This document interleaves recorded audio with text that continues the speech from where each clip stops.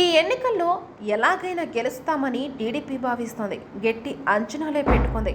అయితే పోలింగ్ ముగిసిన తర్వాత ఉన్న ధీమా తర్వాత రోజురోజుకి సడలుతోంది. కొన్ని కీలక నియోజకవర్గాల్లో గెలుపు తప్పదని అంచనాలు వేశారు. కానీ అక్కడ పరిస్థితులు తారుమారైనట్లు టాక్ నడుస్తోంది. ముఖ్యంగా రెబల్స్ ఉన్న నియోజకవర్గాల్లో గెలుపుపై అనుమానాలు ఉన్నాయి. దీంతో టీడీపీ నేతలు అక్కడ తలలు పట్టుకుంటున్నారు. గెలిచే సీట్లు వదులుకోవాల్సి వస్తుందేమోనని భయపడుతున్నారు. పొత్తులో భాగంగా తెలుగుదేశం పార్టీ 31 అసెంబ్లీ సీట్లను వదులుకుంది. అదే సమయంలో కొన్ని చోట్ల అభ్యర్థులను మార్చింది. ఇలా మార్చిన చోట టికెట్ ఆశావాహులు రెబల్స్ గా మారారు.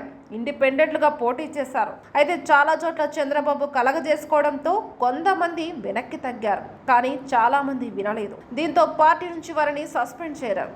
అయినా సరే టీడీపీ సానుభూతి పరుల వారికి మద్దతు తెలిపినట్లు సమాచారం.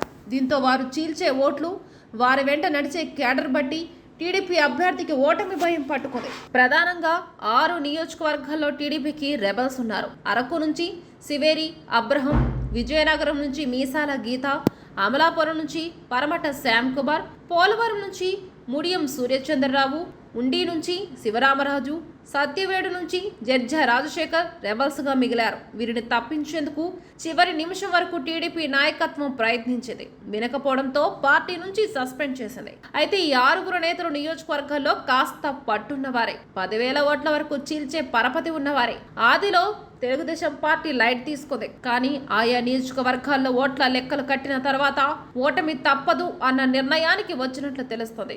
మొత్తానికైతే కౌంటింగ్ ముందే 6 నియోజకవర్గాల్లో టీడీపీ పరిస్థితి ఏమంత ఆశాజనకంగా కనిపించకపోవడంతో పార్టీ శ్రేణులు ఆందోళన నెలకొంది. మరి ఏం జరుగుతుందో చూడాలి.